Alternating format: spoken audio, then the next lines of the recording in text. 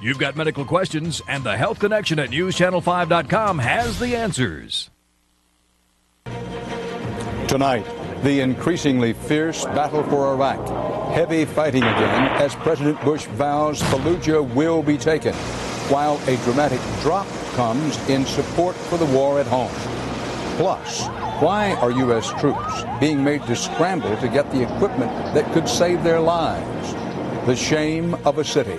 A cab driver is attacked and beaten while scores of people watch and do nothing. We'll give you the inside story.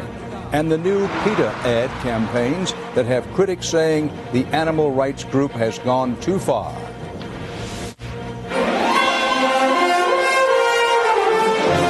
This is the CBS Evening News with Dan Rather reporting from CBS News headquarters in New York. Good evening.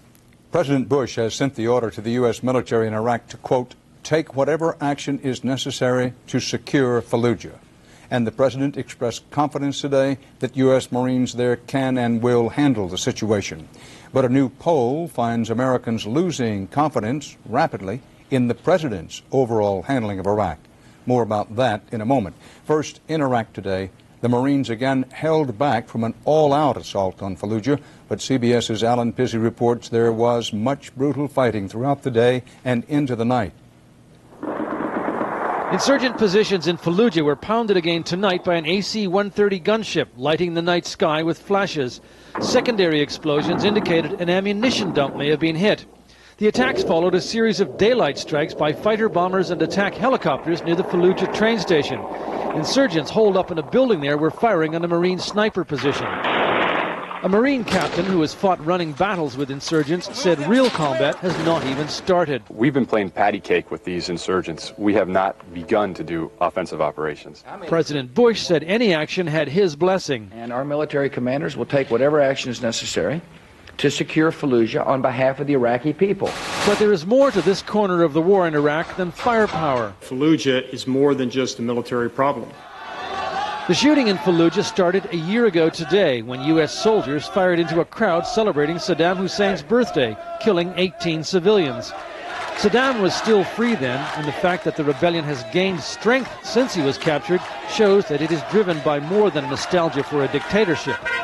Insurgents inside Fallujah are now doing their best to make the fight as political as possible. At an anti-American demonstration inside the besieged city, they posted a $10 million reward for the assassination of Defense Secretary Donald Rumsfeld and Generals Ricardo Sanchez and Mark Kimmitt. They burned the widely unpopular new Iraqi flag chosen by the U.S.-appointed Governing Council. And the council members sent to Fallujah to negotiate a settlement tried to avoid responsibility. But as everyone knows, the security portfolio is in the hands of the Americans, and they are dealing with it. Fallujah residents who fled the fighting are so fed up with all sides, they just want to go home again, war or not. And the civilians won't find much security. Iraqi police patrols have been delayed for another 2 days because they need more training to do the job, even if Marines are there to help them. Alan Pizzi, CBS News, Baghdad. The Marines need help as well. They're worried about being short on personnel and equipment. A Marine general said today more tanks and other armored vehicles are being rushed to Iraq. This is partly a response to heavy casualties suffered by troops, soldiers, and Marines traveling in Humvees, a favorite target of roadside bombers and rooftop snipers. CBS's David Martin reports the military is now scrambling, trying to make them safer. At a plant in Ohio, an armored door goes on a new Humvee.